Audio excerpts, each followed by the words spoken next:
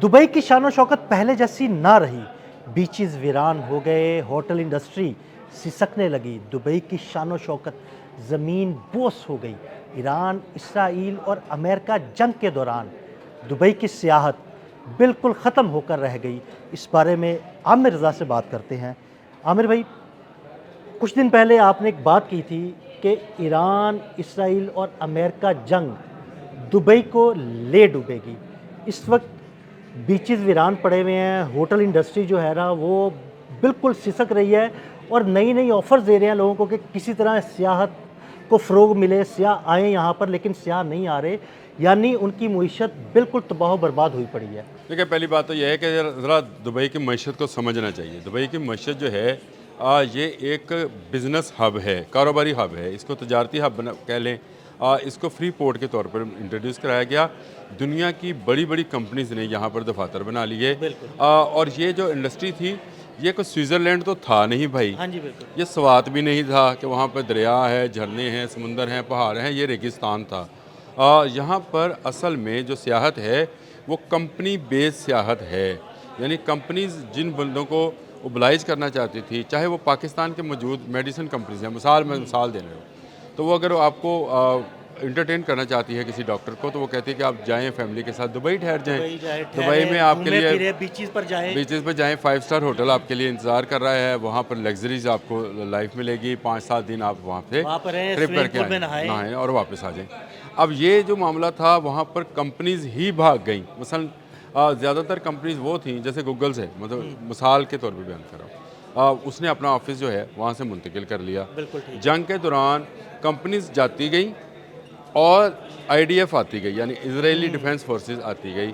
उन्होंने दुबई की हिफाजत के नाम पर वहाँ पर अपने फौजी अड्डे बना लिए। इसका मतलब ये है कि दुबई अब बराह रास्त इस जंग में शामिल हो।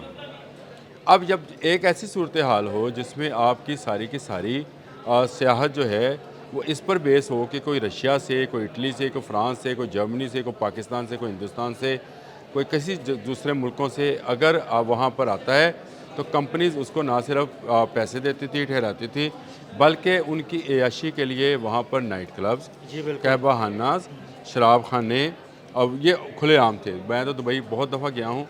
दुबई को आप किसी भी यूरोपियन कंट्री से भी बेहतर करार दे सकते हैं एयाशी के नुक्ता नज़र से। तो वो एयाशी, और फिर वहाँ पे गोल्ड की तजारत, तो फिर वहाँ पे पोर्ट, और ये सारी चीज़ें जो थी मिलकर इस शहर को एक इंटरनेशनल सिटी के तौर पर, यानी यहाँ पे फ्री पोर्ट होने की वजह से, यानी यहाँ पर टैक्सेशन का निज़ाम ऐसा था कि वहाँ पर सामान लोडिंग अपलोडिंग जो है उससे पैसा बनाया जाता था, उस पर टैक्स कोई नहीं लगाया जाता था। तो ये टैक्स फ्री जोन जो था, ये दुनिया को अट्रैक्ट कर गया। कंपनीज ने यहाँ दफातर मुंतकिल कर लिए, लेकिन एक शहीद 136 नामी ड्रोन ने शायद 136 ले डूबा सारी मईशत को तबाह कर दिया। बहुत सारे लोग मेरे साथ इस बात पर बहस किया करते थे कि दुबई की मईशत बहुत बड़ी है, आप जानते नहीं हैं कि दुबई क्या कर सकता है, वो इतना पैसा है कि वो एक बड़ा झटका सह सकता है। देखें, मैंने उनसे कहा था कि जब कोई भी अमीर आदमी हो, उसके पास इतना पैसा हो सकता है कि वो सारी ज़िंदगी याशी की ज़िंदगी बसर कर सके, लेकिन जब उसके पास पैसा आना बंद होता है तो जो उसकी जमा पूंजी है वो निकलना शुरू हो जाती है, वो लगना शुरू हो जाती है। अब मुझे बताएं, वहाँ पर जो होटल इंडस्ट्री थी,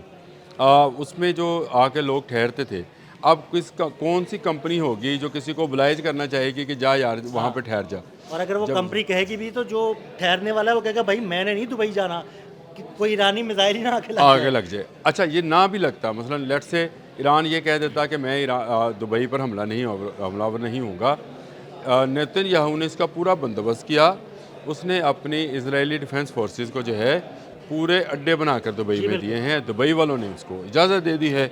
ना सिर्फ दुबई बल्कि अबू धाबी में भी उसके मौजूद है। उसने कहा जी ड्रोन्स जो आ रहे हैं उसके लिए मैं लेज़र जो गन्स हैं वो लगा रहा हूँ, उसके लिए जो है कमांड एंड कंट्रोल सेंटर्स बना रहा हूँ, जहाँ पर यहूदी जो हैं वो आपका दिफा करें। असल में वो दिफा नहीं करेंगे, दिफा करना और होता है। अगर मुत्तहिदा अरब अमारात की एयर स्ट्रिप्स इस्तेमाल हो रही हैं तो ये दफ़ा नहीं है, ईरान के लिए एग्रेशन है। बिल्कुल, ईरान उसका जवाब देगा। अगर उसकी एयर स्ट्रिप इस्तेमाल हुई है, उसकी फ़िज़ाई हदूद इस्तेमाल हुई है, वहाँ से तैयारे उड़े हैं, तो ईरान उस पर लाजमी हमला करेगा। और दूसरा, IDF की मौजूदगी में अगर इसराइल ईरान की जंग जो अभी शुरू हो गई है दोबारा, इस जंग के दौरान ईरान के लिए ये जवाज़ है कि इजरायली फ़ौजी जहाँ मौजूद है वहाँ पे मैं हमला वहाँ पर करूँगा, हमला करूंगा क्योंकि मेरे मुल्क पे क्योंकि अब हमला हुआ है। जंग ही ईरान और इसराइल की शुरू होगी ना, ठीक है? अमेरिका तो पीछे हो पीछे गया हो गया। अगर इस्फ़हान, तब्रेज़, तेहरान पर हमले होते हैं तो वो इजरायली शहरों के साथ साथ मुत्तहिदा अरब अमारात के शहरों को भी निशाना बनाएगा। जहाँ जहाँ इसराइली जहाँ मौजूद है। इजरायली मौजूद हैं वहाँ वहाँ पर वो हमला कर रखने का वो उसके पास जवाज़ मौजूद है और इस जवाज़ को वो इस्तेमाल कर लेगा।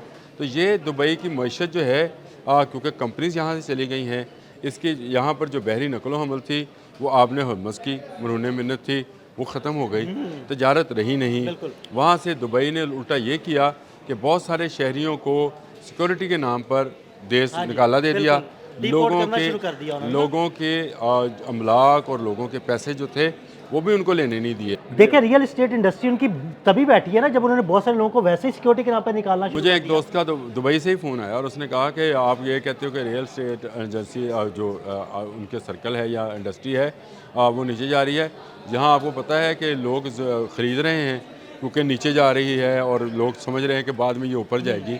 मैंने कहा जो लोग ख़रीद रहे हैं ज़रा चेक करें, ये वही डीलर्स हैं जो एक दूसरे के साथ डील करके लोगों को फंसा रहे हैं। हाँ जी, बिल्कुल। और ये कह रहे हैं कि इस वक्त नीचे है रेट, आप रेट ख़रीदो, जो बाहर से आकर ख़रीदेगा वो मारा जाएगा। देखें आपने हरमज़ ने, मैं आपको बहुत बरसा पहले से कह रहा हूँ, 28 फरवरी 2026 वाली पोजीशन पे नहीं जाना। नहीं जाना।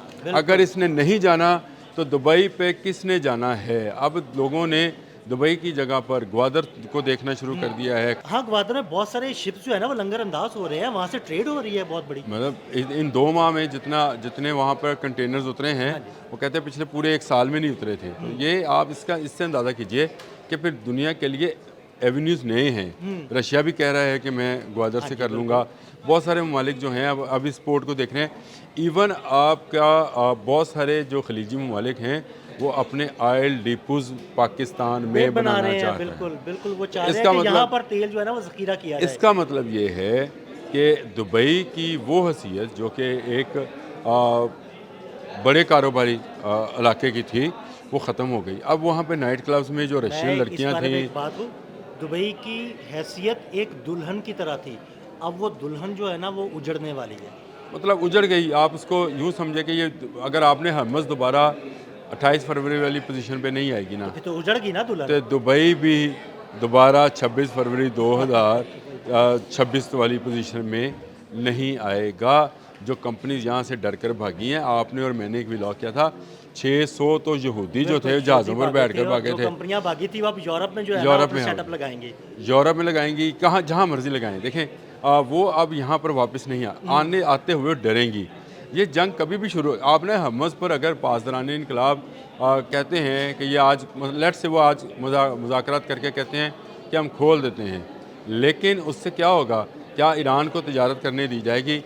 जेडी वैंस कह रहा है नहीं करने दी जाएगी। नहीं करने दी जाएगी तो फिर कैसे खुलेगी आमिर तो भाई? ये वो सारा मामला है जिस मामले को लेकर मैं ये समझता हूँ कि दुबई जो है टाइटैनिक डूब रहा है। बहुत शुक्रिया आमिर भाई। मज़ीद अपडेट्स के लिए हमें फॉलो करते रहें। अदील अहमद और आमिर रज़ा को इजाज़त दीजिएगा।